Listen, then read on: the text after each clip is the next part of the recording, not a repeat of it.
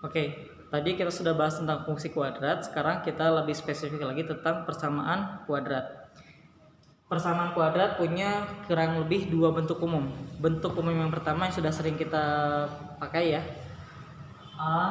ax kuadrat ditambah bx ditambah c sama dengan 0. Jadi kalau misalkan ada bentuk persamaan kuadrat kayak gini nih, contohnya minus 2x kuadrat ditambah atau dikurang 5x ditambah p min 1 sama dengan 0. Oke, ini biasanya suka banyak yang salah buat nentuin a, b sama c nya. Contoh ya, kalau kita lihat di sini kan bentuknya ax kuadrat, berarti a itu adalah koefisien dari x kuadrat. Berarti kalau misalkan di sini min 2x kuadrat, a nya bukan 2 tapi negatif 2. Berarti yang ini sebagai a nya diambil juga dengan tanda negatifnya. Kemudian kalau ada negatif 5x, itu berarti negatif 5 ini sebagai b-nya. Nah, satu lagi, ingat c itu bukan berarti angka yang paling akhir. Tapi c kalau kita lihat karakteristiknya, dia adalah konstanta, artinya tidak punya variabel x sama sekali. Di sini tidak punya variabel x adalah p dikurangi 1. Jadi c-nya bukan min 1 atau juga bukan p, tapi utuh segini nih. P min 1 itu sebagai C. Oke, nah sekarang bentuk umum yang kedua.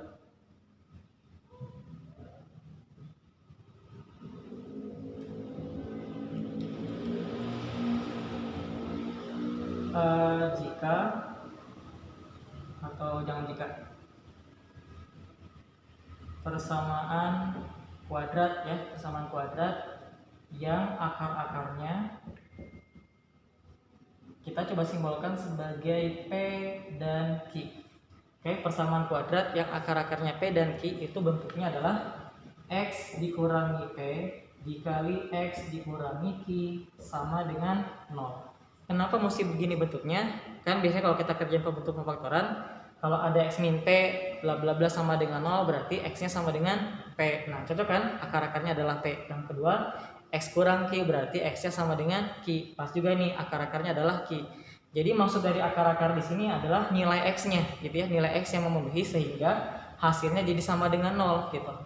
Contoh gini, kalau kita punya bentuk persamaan kuadrat X min 2 dikali X minus 3 sama dengan 0, betul nggak? Kalau akar-akarnya adalah 2. Betul, karena kalau kita masukin 2 bakal jadi hasilnya 0. Kalau masukin 3 juga betul akar-akarnya. Tapi kalau misalkan kita bilang 5 akar-akarnya bukan. Oh bukan, karena kalau kita masukin 5 kurang 2 3, 5 kurang 3 2, dikaliin nggak bakal jadi sama dengan 0. Berarti 5 itu bukan akar-akarnya. Oke, nah sekarang bentuk ini coba kalau kita jabarkan ya. Ini kita jabarkan bentuknya menjadi X kuadrat. Nanti coba dicari kenapa bisa kayak gini. Minus dalam kurung P ditambah Q X ditambah P dikali Q sama dengan 0. Oke, jadi ada dua bentuk. Bentuk pertama tadi yang di atas dan bentuk kedua adalah seperti ini. Nah, bentuk ini biasanya sering kita pakai kalau di soal UN. Bahasa soalnya tuh gini, diketahui persamaan kuadrat ini akar-akarnya sekian dan sekian, alfa dan beta biasanya. Terus carilah persamaan kuadrat baru yang akar-akarnya misalkan alfa tambah 1 dan beta tambah 1. Nah, bentuk yang kayak gitu kita bakal selesaiin pakai bentuk umum yang kedua gitu. Oke, sekarang ada yang ketiga tentang operasi akar-akar.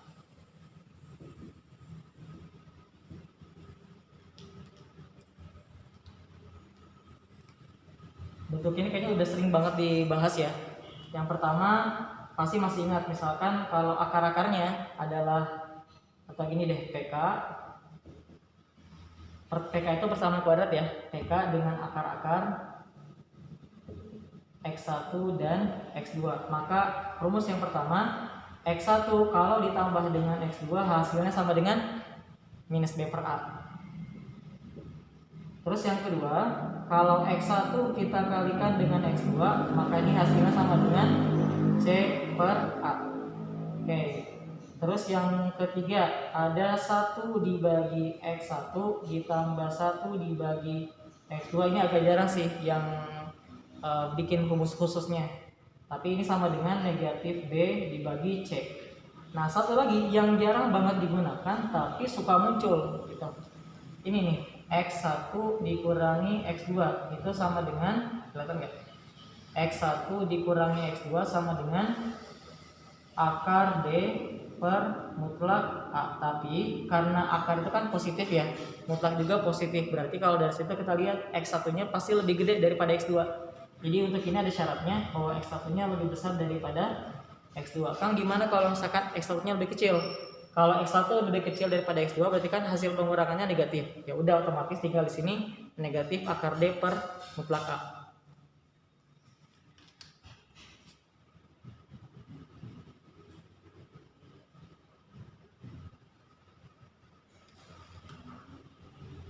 Oke, pernah dengar ya rumus ABC. Jadi ada beberapa persamaan kuadrat yang itu susah buat kita faktorin. Biasanya kalau dia susah kita faktorin, kita bakal pakai rumus ABC.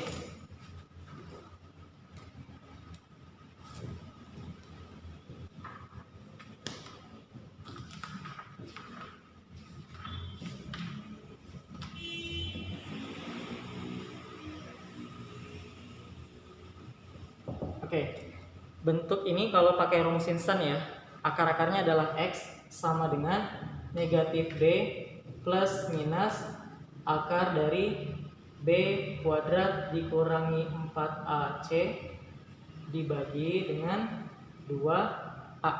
Atau kalau misalkan agak kepanjangan, bisa kita tulisnya X sama dengan negatif B plus minus akar D dibagi 2A. Yang tadi kan waktu fungsi kuadrat kita gunakan ya fungsi rumus D itu. D itu adalah diskriminan. Nah, diskriminan itu asalnya dari sini nih. B kuadrat dikurangi 4AC.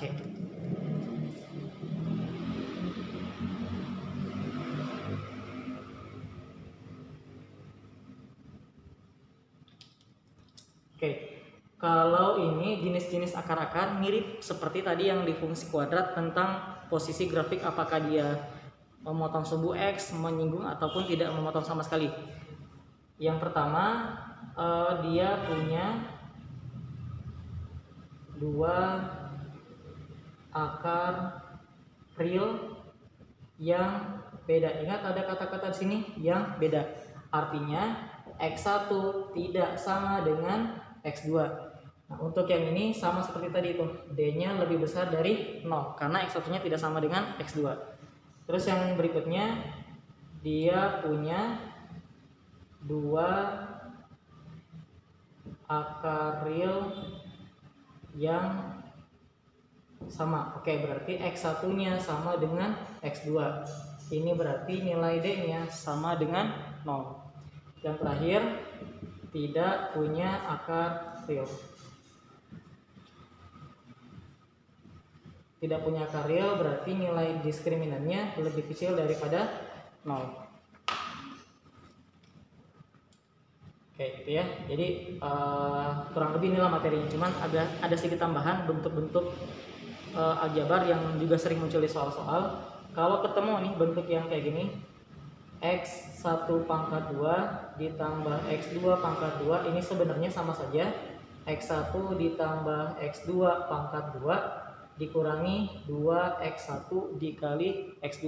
Nah, buat ngebuktiinnya coba aja kalian kuadratkan ini. Habis kuadratin terus kurangi dengan 2X1 X2. Nanti bakal dapatnya X1 kuadrat ditambah X2 kuadrat. Oke, sama yang satu lagi mungkin ini secara bahasa ya suka susah dipahami. Ada yang namanya akar berkebalikan. Akar yang saling kebalikan, sama ada akar yang berlawanan. Kalau dia berkebalikan itu berarti X1-nya sama dengan 1 dibagi X2. Dampaknya apa? X1 dikali dengan X2 sama dengan 1. Sedangkan kalau dia berlawanan artinya X1 sama dengan negatif X2. Dampaknya X1 ditambah dengan X2 sama dengan 0. Oke, jadi itu materinya untuk fungsi kuadrat sama persamaan kuadrat. Sekarang tinggal kita lanjutin ke pembahasan soal-soal.